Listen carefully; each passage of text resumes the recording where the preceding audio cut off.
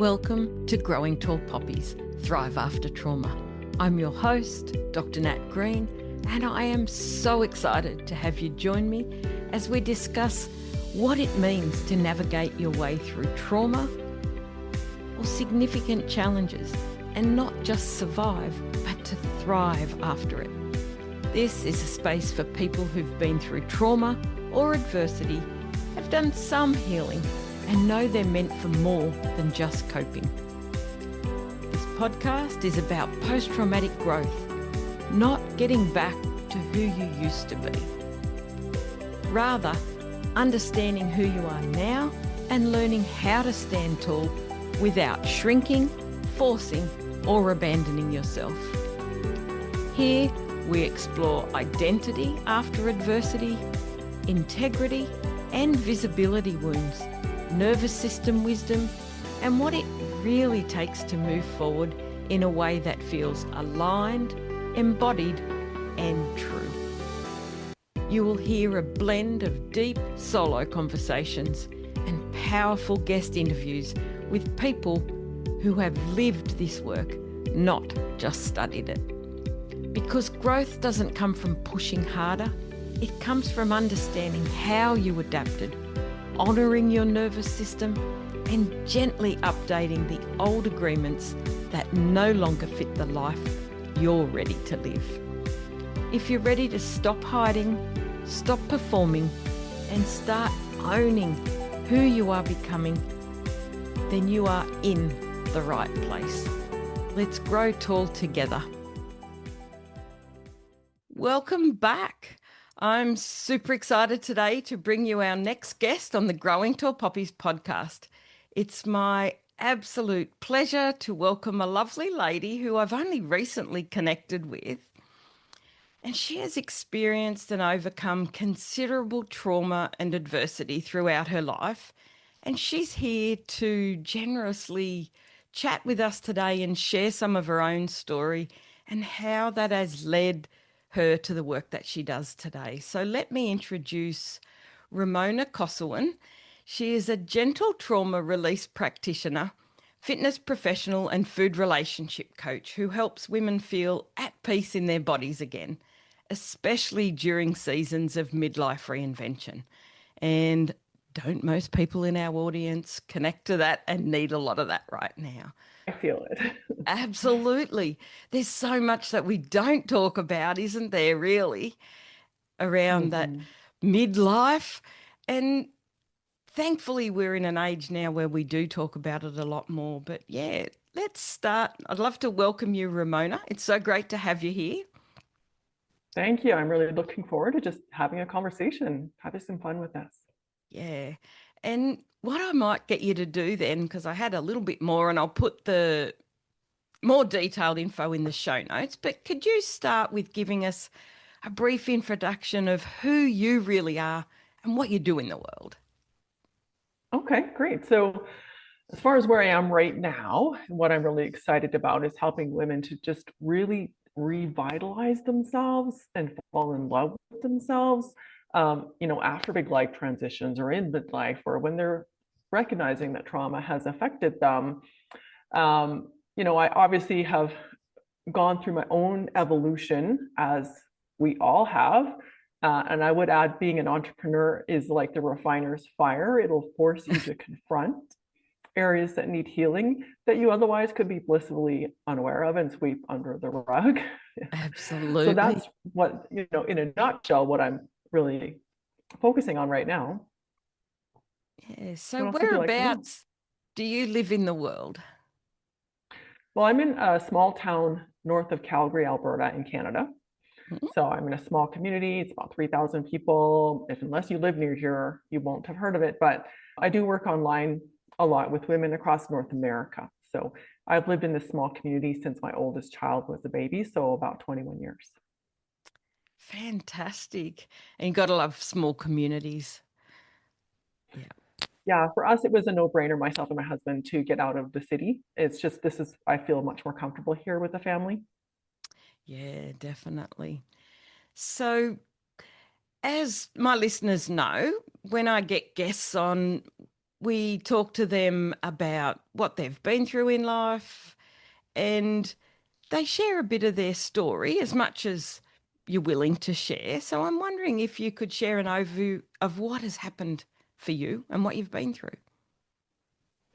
Sure. Well, I came to kind of a big turning point that I shared in my book that launched this year, of a turning point. It was called Confident You, The Raw Conversations is the book, but my chapter was about a turning point where I realized that on many levels, I did not like myself. I did not accept myself. I said I hated myself at times, and those were my own words. Wow. And how am I supposed to thrive in that?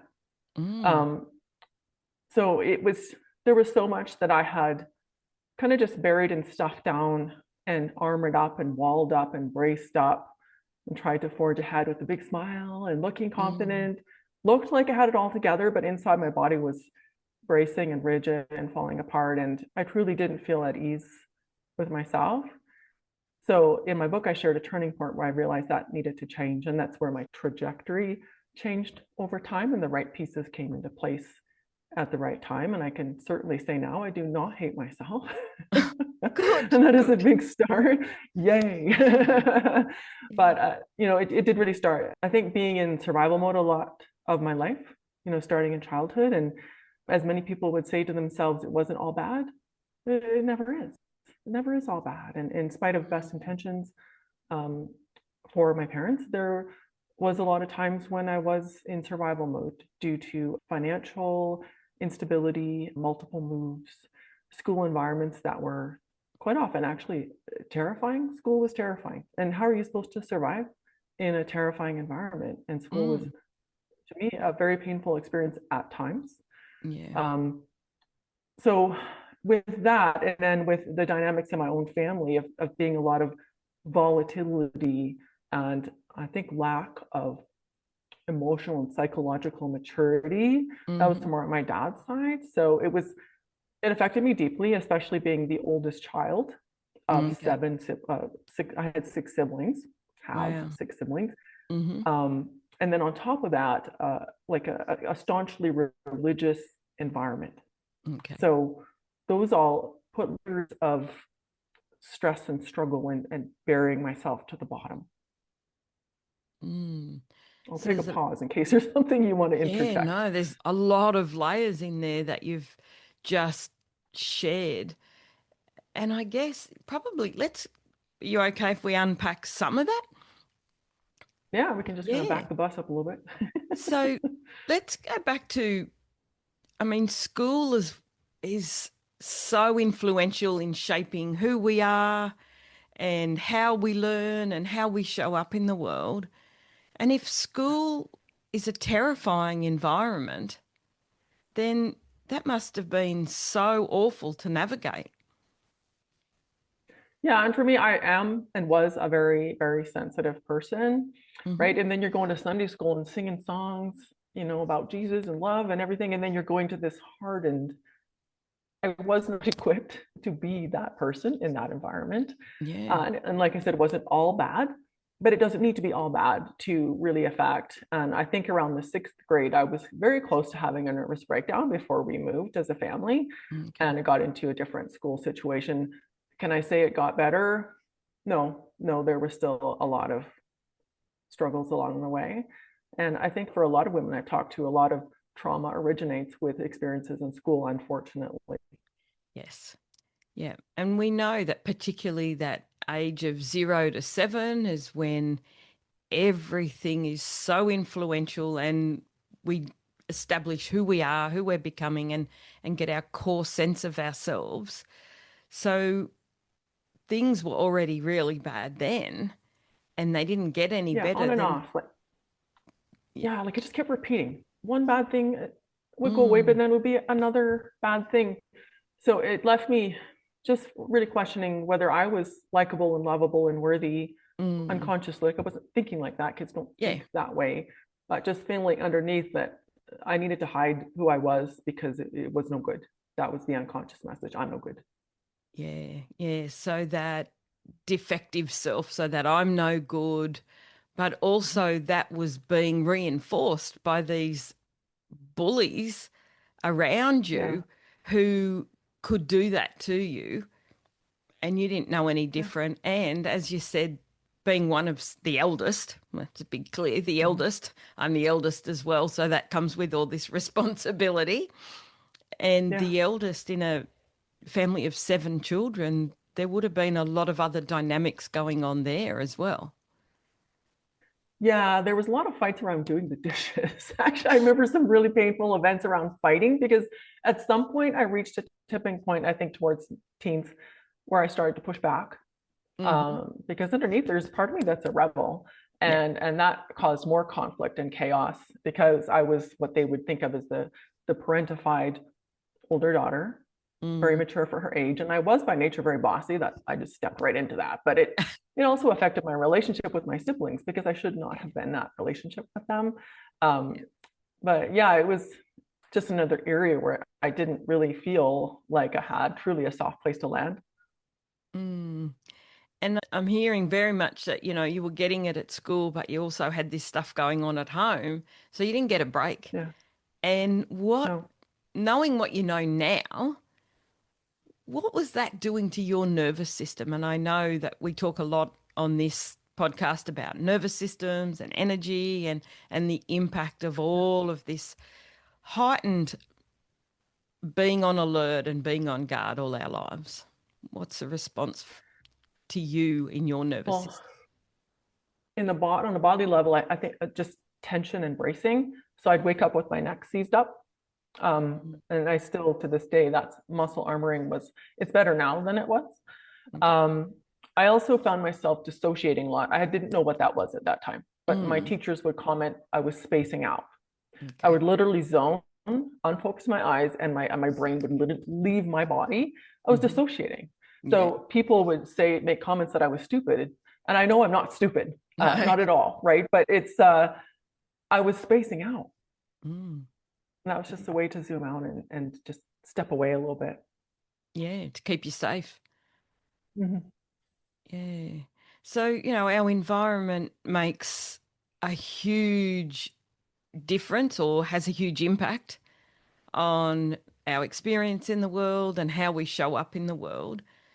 So, I just really wanted to explore some of the dynamics around the school stuff. So, fast forward to where we were. So, you had all this stuff going on, and then you had the religious side of things as well. Yeah, so I didn't like it was a very patriarchal religion, which made me kind of cringe. I inherently, without even understanding what patriarchy was, I did not like it. It really made me cringe. Mm, I knew I was not like the women that I was seeing that were kind of like in this life and seemingly liking it. No.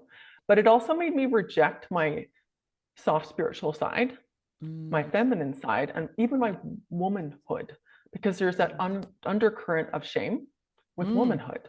So there was, some things I needed to heal over time. And when I was an adult and had my own choices, I didn't choose to attend or be a part of this religion. mm. But I had to kind of buffer that to my family a bit. Of Now I don't course. care. No, nobody cares. But it's at that stage, I had to kind of reconnect to my Mm, real parts that I kept at arm's length or mm. stuffed down below the surface. Yeah, as you would Mhm. have had to do I back. didn't want anything. Yeah, no, Yeah, no access. yeah. Yeah. And that would have been a protective mechanism, but also you didn't share things like that back then. No, I didn't really understand consciously exactly what I was doing. No. I just didn't want to be vulnerable. Mm, yeah. So when do you think that changed for you? So it's an evolution, definitely. One Another part I talked about in my book a little bit was connecting with other women Hmm. in a more open, vulnerable way that was also respecting all aspects of womanhood. And when I was taking some training as a personal empowerment coach, that was in 2019, I was connecting with women. They were sharing very deep and personal stories. And this allowed me to connect with women and womanhood from a different perspective and heal some of my feminine side that I was blocking, and feel okay to do that and let some chinks in the armor show through. Yeah. Because I had a pretty deep sister wound after the experiences I'd had with girls. And by the time I got to womanhood, I did not trust women. And if I did connect with women, they were still very much at arm's length from me. They didn't really see fully who I was. So that was just a big start. So going through the world like that, with a very deep sister wound and that lack of trust and that real matriarchy in a patriarchal system as well, Yeah. how would you describe what that felt like for you? Well, I didn't really know who I was. Like, I didn't really fit in the world that I rejected, but I didn't feel like I fit in the current world either. Mm. Like, there was no place where I fit, right? So as I kind of unpacked this, and opened up, and it did, relational healing can't be minimized either. Like, I met my husband when I was 17. Okay. We didn't get married, but I met him, and he was the first man that was able to be vulnerable with me.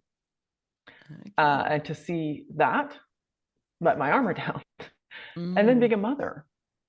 So I didn't have children until much later, but being a mother was another healing experience. Mm-hmm. And then I kind of forgot where I was going with that. Starting to not be concerned with inserting myself where I don't fit. Okay. So that really shifted. Is I'm not trying to insert myself, try to be approved, accepted, included, because the little girl in me just wanted that. Yeah, of course. Of So course. I had to heal that. Mm. And we hear people talk about, oh, I had these wounds, and when we finally have that realization or connect with something that just happens to cross our paths, that we can do that healing work. Some people talk about it as and leave you thinking, oh, what, you just healed it and it was done, like a 5-minute thing, and you think, really? So how long did that really take, and what sort of things did you do that helped heal? Well, I went through a period of, I think, rapid and accelerated healing is in 2020, Mm-hmm. and 2019 and 2020. In 2020, I started taking my gentle trauma release certification training. Mm-hmm. And this was a fairly new international online school at that time. So we were those that were emerging. There weren't that many ahead of me, and there were some with me. As I was taking the training, I was acutely aware of the need to do some work with my own trauma. And I knew this, but I was kind of like, oh no, later, I'll just deal with it later. It's a later. But I'm like, no, I need to deal with it now. Right. So I Mm-hmm. did get my own coach, one of my peers, to work with me, because I had to release what my body was unconsciously bracing for Yeah. um, still. And I couldn't get past that without getting some proper support. So Mm-hmm. I did my own coaching for a few months with one of my peers, and released some of the core events that were like anchoring my body in Mm-hmm. fear, rage, shame. Once those events were cleared, it was kind of an intense time. It was COVID, my business was shut down, the world was nuts. I was integrating that into this next step of becoming a coach and growing. And in the meantime, everything's nuts.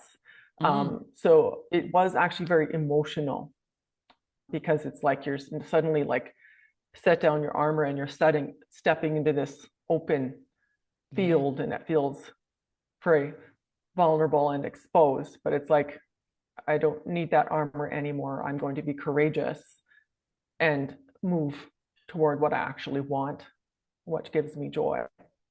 Mm. And at that time as well, when the world was crazy, it would have also been, you would have had that extra layer of being quite isolated. It was just a really stressful time overall. And Yeah. connecting, as I was finishing my training, we were still very much affected by the goings on of all that. Mm. And the women I was working with and coaching, it was kind of a universal thing that what was going on in the world and in their communities was heightening their own trauma as well. Of course. Everything, whatever meaning it had for them, it was just heightening their own trauma. So it was a difficult time. Mm. It was cathartic because of the work I was doing, and I was moving towards something. I'm really passionate about. Yeah. But was it easy? No, not really. No. But I think what stands out there is that you made the decision that you could keep it at arm's length and continue to do that. But some Yeah, part of but you carry on. decided, yeah, no, Yeah. I want to confront this. Well, yeah, Yeah, part of my protection is don't let anybody in. absolutely. Like even my husband, there's some things I don't share with him, right? Yeah. And for me, it was a huge, courageous step to Mm, be vulnerable with someone like that. So I had to be someone I trusted. And this is something I take to heart as a huge honor to sit with women or men in a place of vulnerability that they've mm, likely never shared in the same way. And it's just a very sacred space. yeah. Yeah. So tell me a little bit more about the gentle trauma release work that you did then, that you obviously embodied and embraced, and it helped heal a lot of your core events, as you said, and Yeah. wounds. And now you're doing that with others in the world. Tell us a bit more about that so our listeners can understand more about what you do. So when I was learning about this method from my professor, who was part of my other coaching school as a had a paid position there, she helped me to understand why some of my practice clients were not getting the outcomes that some of the others did. And she helped me to understand it was trauma. And at that time, I didn't really know really what trauma was. Not Mm. really. As a theory, maybe, but no, I didn't. And for me to know that I could find an accessible, simple, repeatable, elegant way to help people be free of trauma, I had this lit up energy that I had to go there, even though it was at the time not logically the best time to pursue another career path. But I'm like, I have to do this. But Mm. what is really I love to share is that it is gentle, it's nervous system based, Mm. but it's strategic. So it's not just random exercises and doing somatic work. It's actually getting underneath what your body is anchored in, which takes, a intuitive coach with safety and guidance and skill Mm-hmm. to get underneath what it is. Let your body know that you're safe and that you no longer need to brace for it, which is very much working with the unconscious and the body. So your body just melts like, Mm. oh, what were you talking about? Right. So it's just like, Yeah. that is the more therapeutic part of the work is Mm-hmm. getting underneath and releasing with strategic nervous system work, traumatic memories, events, and emotions. So your Mm-hmm. body no longer finds those intrusive or intense. Wow. And then there's cleaning up the residue. So the Mm-hmm. behaviors, the inner critic, the boundaries, the habits, the self care, that is Mm. all a result. And then building the new. So that's all along the way you're getting empowered to maintain your well being long term and building a trauma free identity because your identity is what drives everything. Exactly. So those are phases along the way, and there's no cookie cutter. It's all intuitive and it's based on where a person is at and what is surfacing and coming up rather than pushing. I love that so much. So really are you doing a lot of talking, or it's more reading their bodies and how they're holding themselves or their Both. language? Yeah. Both. A lot of it's by looking for what's not being said verbally because we always can't always articulate. And with trauma, as you probably know, there's part of our brain that doesn't really function. We Mm-hmm. don't have the vocabulary for it, but your body will tell you. Mm-hmm. Your breathing, your neck, your face, your jaw, your eyes. Um, so with this, it's always strategic use of the body. So even if it's not necessarily addressing a traumatic event, like maybe we've addressed that, but now you're in a place, well, I need to know if I need to finish my degree or just say screw it and go down this other path that I'm feeling kind of stuck on. So even those kind of situations, I help people to connect to their body's messaging and intuition.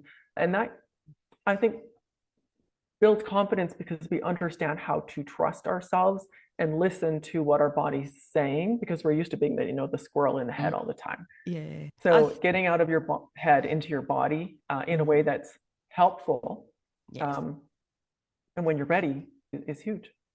Yeah. And I think you touched on something really important, that you have to be ready, don't you? Because Yeah. fighting, thinking, okay, I've got to do this, I've got to do that, and I've got to heal this stuff. When you're not ready, Mhm. your body will react and brace for that, won't it? Yeah.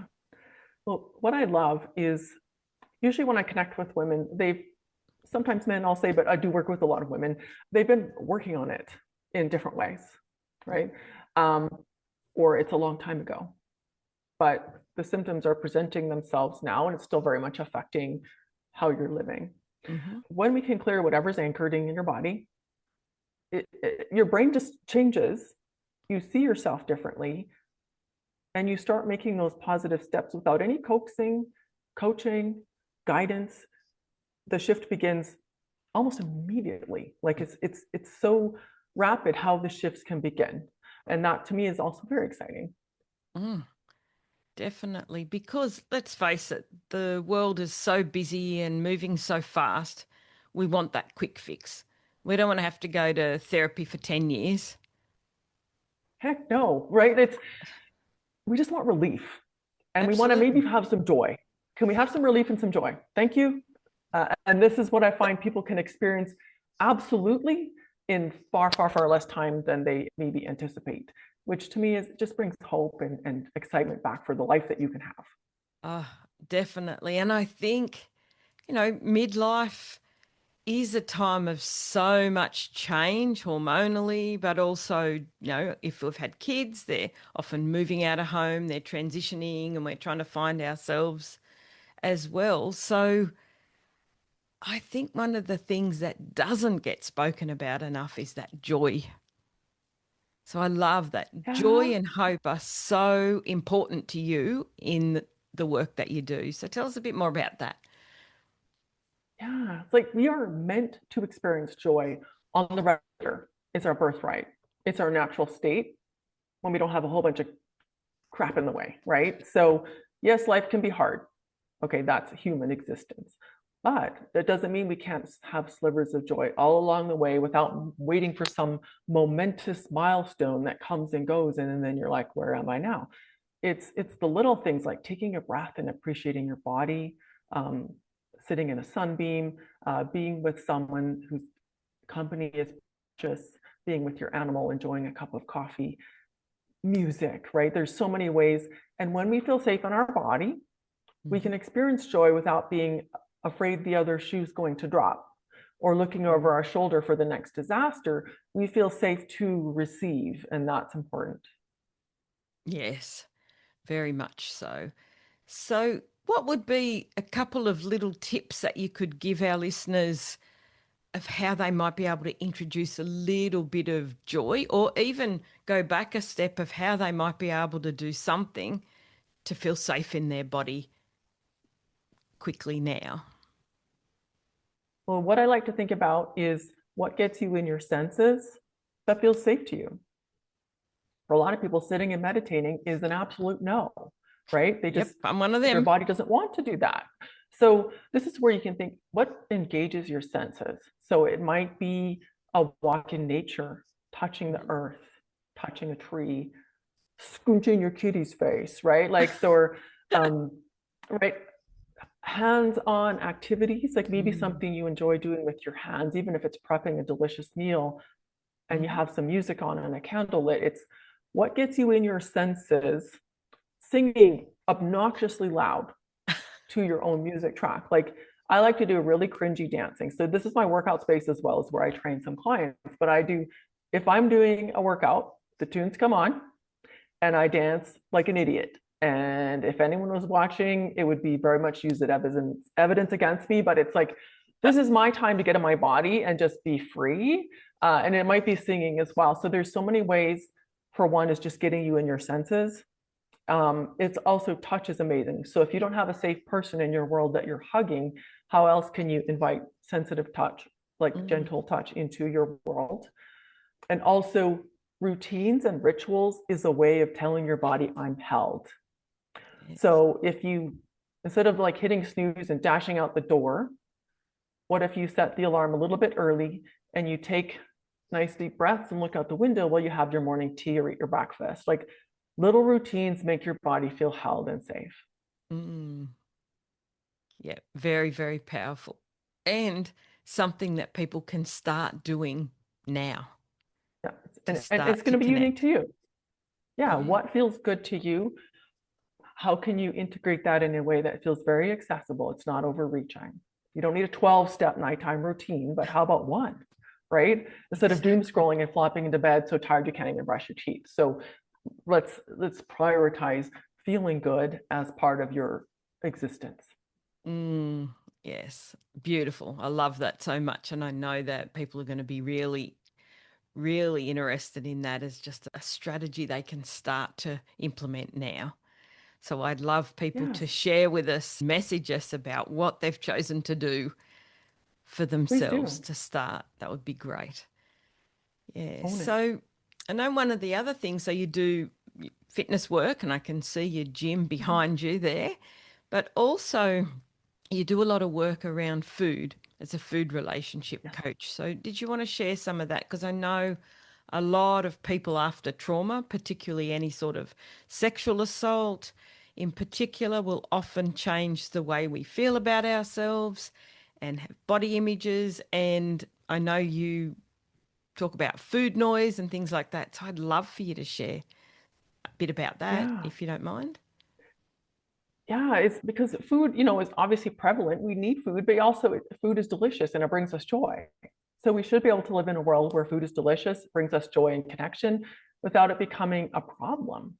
Mm. And trauma can definitely interlace with our relationship with food in so many ways. And I actually have another free resource. It's called Find Your Food Archetype. So Oh, what I find is if you're approaching midlife or past midlife, it's like the perfect storm because any nervous system stuff you've been carrying becomes harder to deal with mhm. because you don't have those buffer hormones and your body's like, I no longer can tolerate anything, right? So, and then your metabolism and stress and all these other pieces, body imaging, body image issues. And see, I used to coach a holistic weight loss program way earlier in my work, and Mhm. it actually got good results. For some people, it had a strong foundation in health.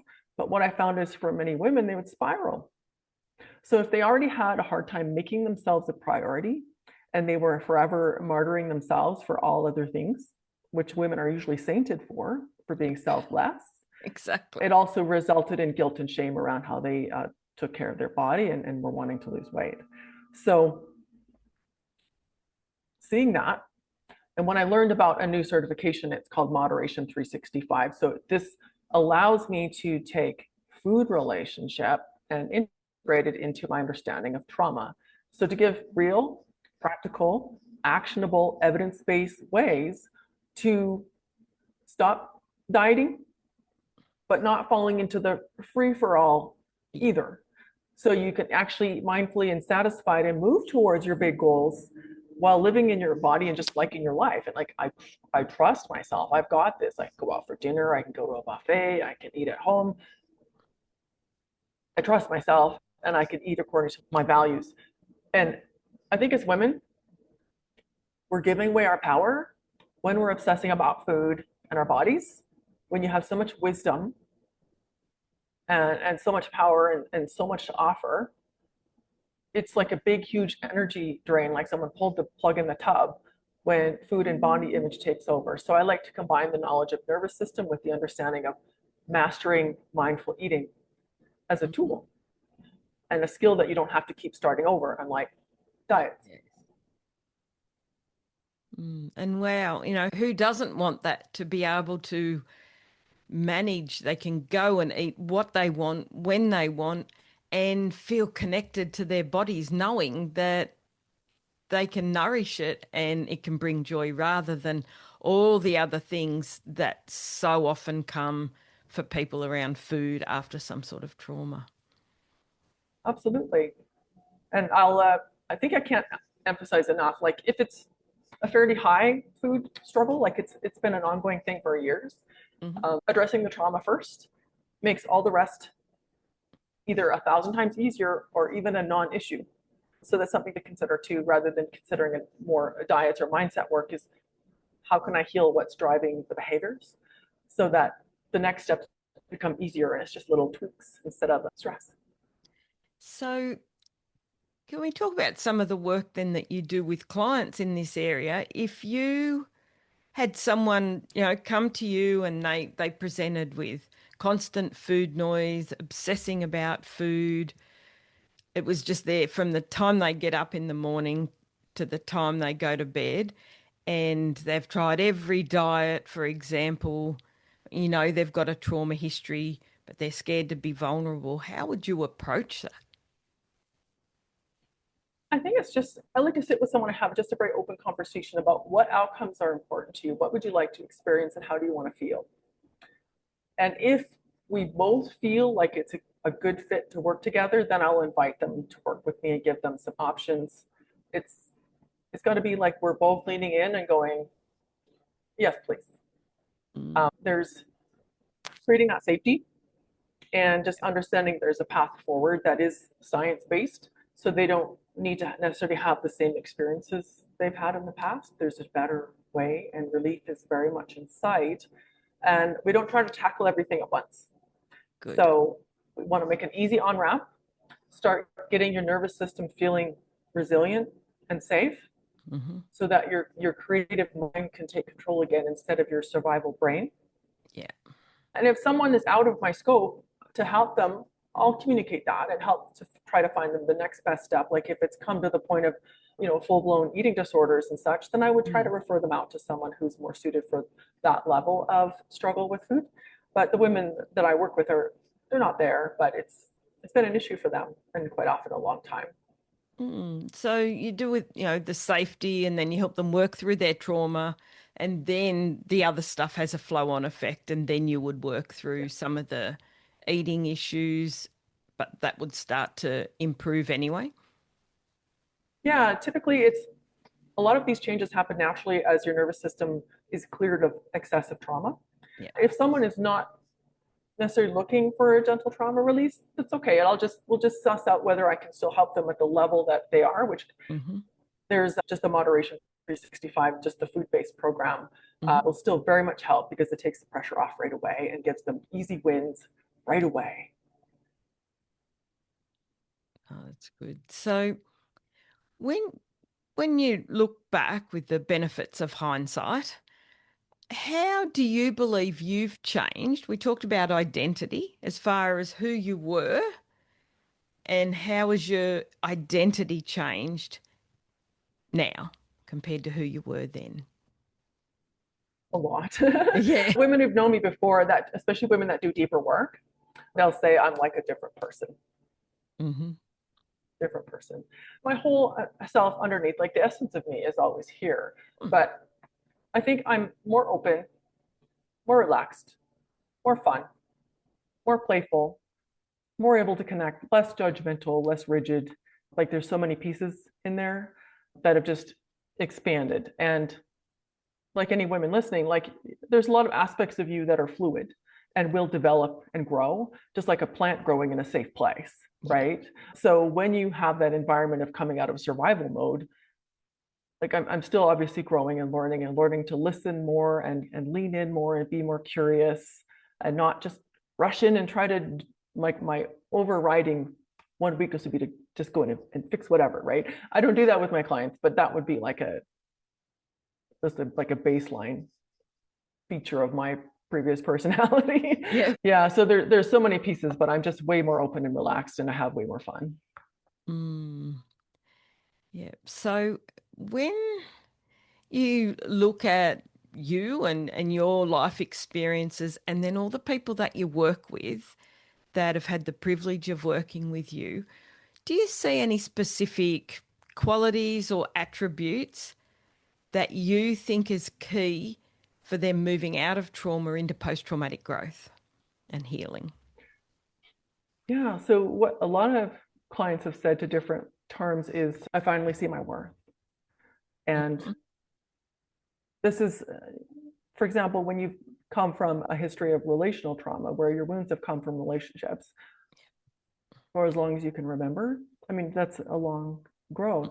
And when I hear a woman say, I feel powerful, which are my client's own words, or I finally see my worth, that to me is like fireworks right there, because those are powerful words that shape the choices they make, the relationships they have, how they care for their body.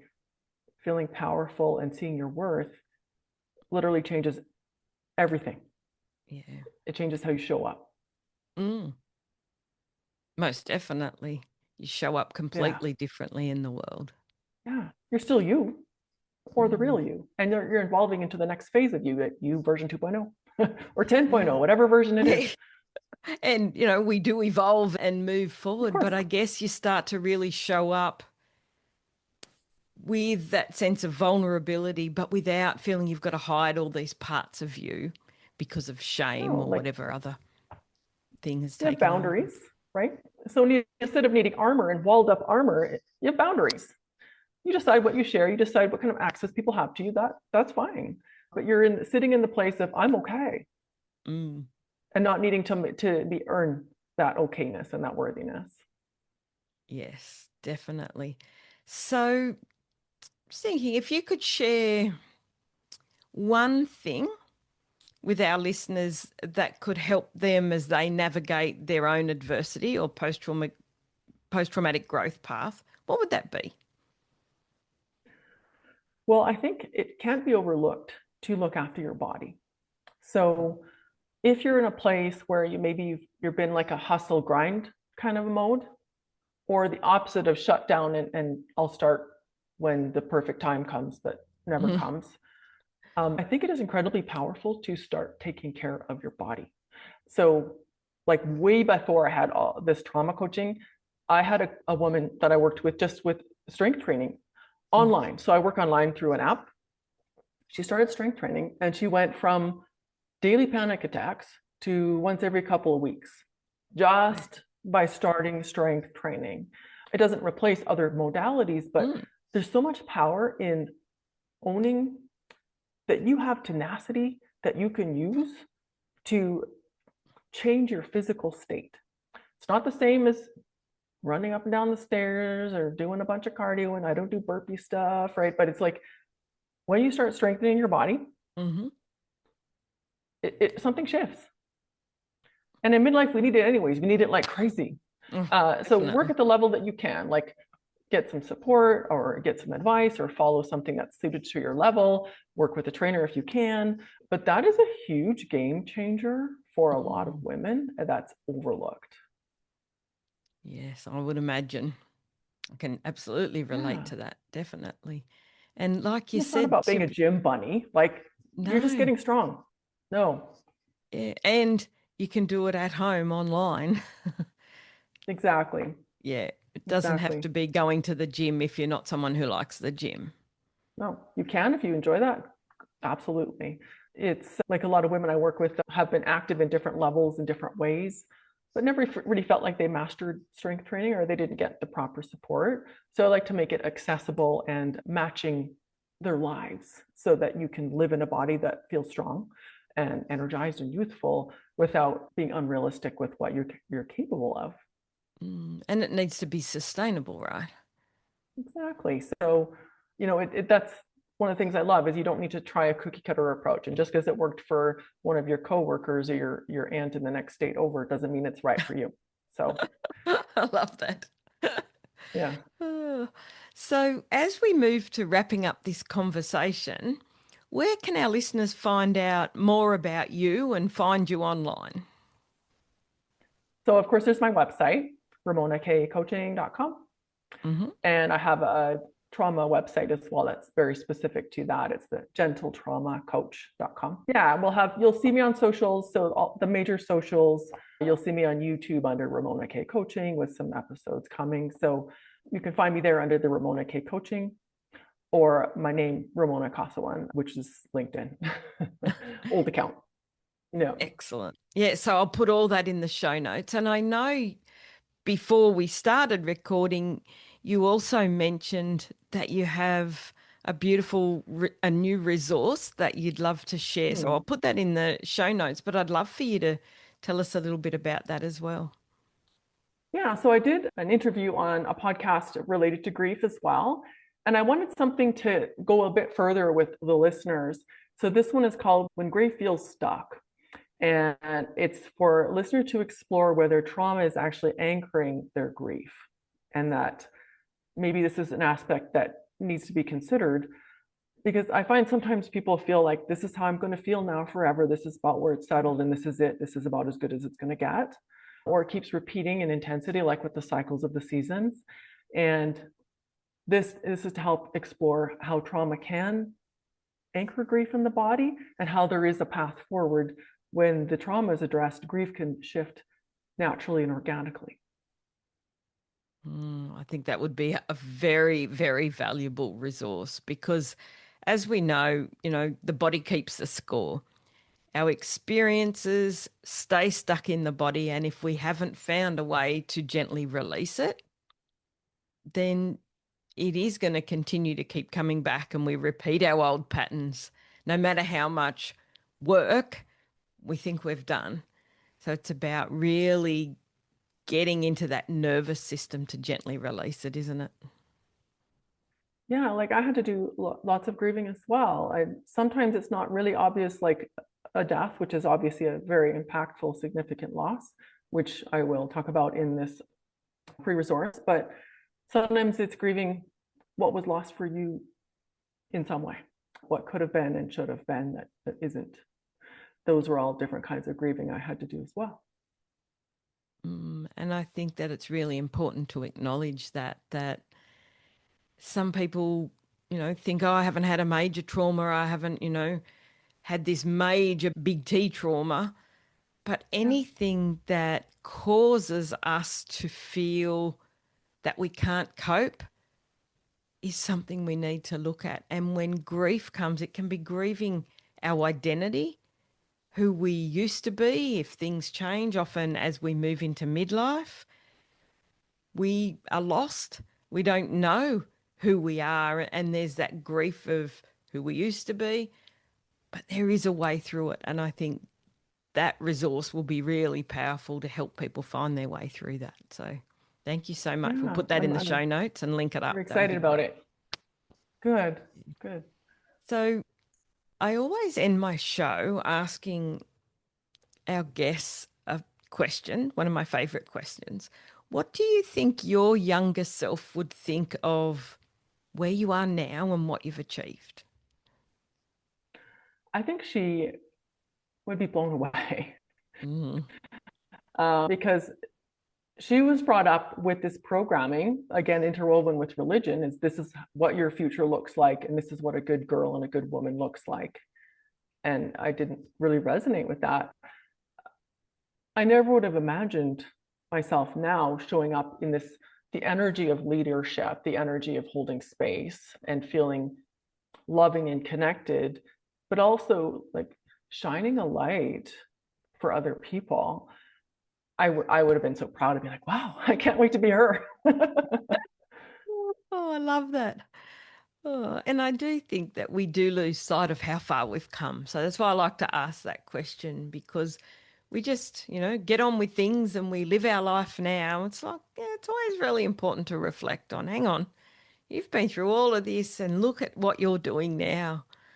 So thank you so much for coming on and so openly being vulnerable and sharing your journey. And you're such a gift to the world. I'm really excited, and I'm sure a lot of people will listen and download your resource and be inspired. Thank you. I'm really happy to have been able to show up and share.